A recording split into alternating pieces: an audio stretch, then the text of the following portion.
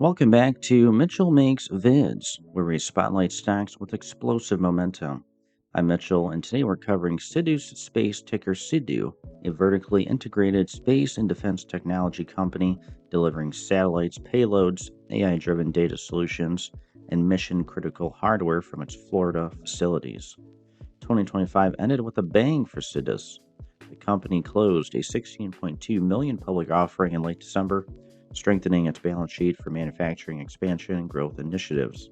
This builds on their selection for the Missile Defense Agency's massive $151 billion SHIELD program, positioning SIDUS in next-gen AI-powered defense capabilities.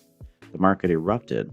Shares rocketed 18% on the final trading day, closing around $3.14 with staggering 170 million shares traded, extending a volatile rally that saw massive monthly gains amid defense sector tailwinds.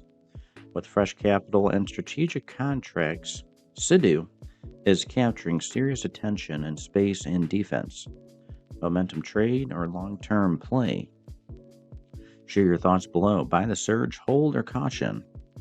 Like for more volatile stock alerts, subscribe and hit the bell. Thanks for watching. See you next time at Mitchell Makes Vids.